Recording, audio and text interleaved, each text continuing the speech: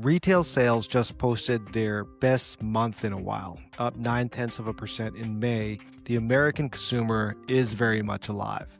But if you own strip retail, there's exactly one line buried in that report you should circle, because it's the line that tells you which of your tenants is about to feel a squeeze, and it ties directly to something happening 7,000 miles away in the Strait of Hormuz. May retail and food services sales came in at $763.7 billion, up 0.9% from April and up 6.9% year over year. The control group, the cleaner read on underlying demand, rose 0.7%. So when it comes to your rent roll, when sales are this healthy, your tenants can absorb scheduled bumps, renew without a fight, and if you have percentage rent clauses, push your effective yield higher. Strong top-line sales are the single best leading indicator of a tenant who renews. So the backdrop for holding a well-leased center right now is good. That's the tailwind. Now, the line you need to circle. Food services. Restaurants were the lone category that declined, down 0.1% on the month, while almost everything else rose. Why that matters more for us than for anyone else. Restaurants are often your highest rent per square foot tenants and your biggest traffic drivers. The anchor that pulls cars into the lot for the nail salon, for the dry cleaner, and the dentist next door, but they're also the most margin-sensitive box in your center. When the consumer tightens, they don't stop buying groceries or getting their oil changed. They cut the third dinner out of the week. So a soft restaurant number isn't a panic signal. It's an early warning gauge for the F&B heavy parts of your tenant mix. The question is, what's pressuring that wallet right now?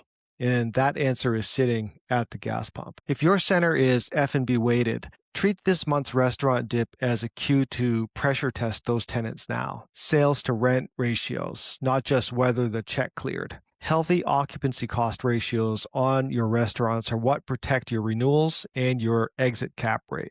A soft consumer month is when you find out which operators are thin. National gas has now fallen 3 straight weeks to roughly $4.07 a gallon as crude came down off its peak. Brent is off about 36% from its conflict high, and crude lost roughly 8% just this past week, with WTI around $77, $78. That pump relief is exactly what frees up discretionary dollars, the dollars that become a Friday night dinner at the restaurant anchoring your center. Falling gas is a direct tailwind to the most fragile tenants in your rent roll. So here's a catch in this week's news. The physical reopening of the Strait of Hormuz is underway. More than 12 million barrels crossed overnight, but the follow-up, U.S.-Iran talks scheduled in Switzerland were abruptly postponed Friday, and oil ticked right back up on the headline. Strip that down to what it means for your tenants. The gas relief that's currently propping up discretionary spend is not locked in.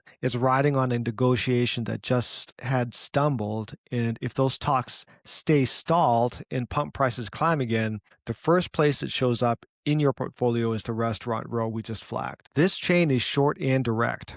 Oil goes to gas, goes to discretionary income, and to your F&B's tenant sales. Right now, every link points your way, but the top of the chain gets less certain this week. Now let's take a look at rates. The Fed held rates at 3.5% and 3.75% in Chair Warsh's first meeting, but the projections flipped hawkish. The median dot now points to a rate hike by year end. 9 of 18 officials penciled one in, and the inflation forecast was revised up. The headline you'll see everywhere is "Rate cuts are dead." And for your borrowing, that headline is mostly noise. And here's why. Your strip center loan doesn't price off the Fed funds rate. It prices off the 10-year Treasury plus a lender spread. The 10-year sat around 4.45% this week, basically flat, because the same oil relief that's helping your tenants also pulled long rates down, even as the Fed leaned hawkish on the short end. So the actual math, 10-year near 4.45% plus a retail spread of roughly 1.75 to 2.25 points, puts your loan rate around 6.2 to 6.7%.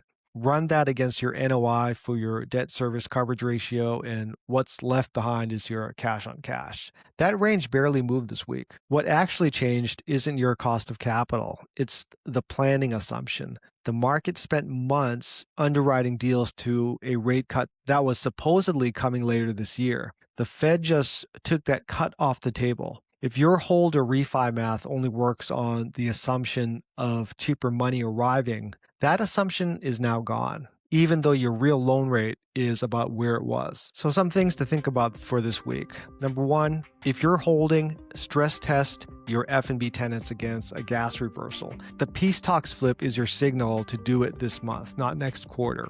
Number two, if you're in need of refinancing, underwrite to a 6.5-ish loan rate in a stable 10-year, not to the Fed cut. The cut is no longer in the forecast and your lender knows it. And number three, this is the one most owners may get backwards. If you've been waiting to sell until rates drop, understand that your buyer's financing is set by the 10-year, not Fed funds, and the 10-year has been steady. A stable financing market plus a genuinely strong consumer is a cleaner backdrop to sell than waiting on a cut that the Fed just told us may never come. Stability is a window. It's worth more to a seller than a hoped-for cut that keeps slipping. If you own a retail center and you're trying to figure out what's going on this week and what it actually means for your specific property, that's a conversation I have every day with my customers. Feel free to reach out. Love to see if I could help you out. My contact information is in the description below. And thanks for joining me this week. I'll see you next weekend for Retail Weekend Wrap Up.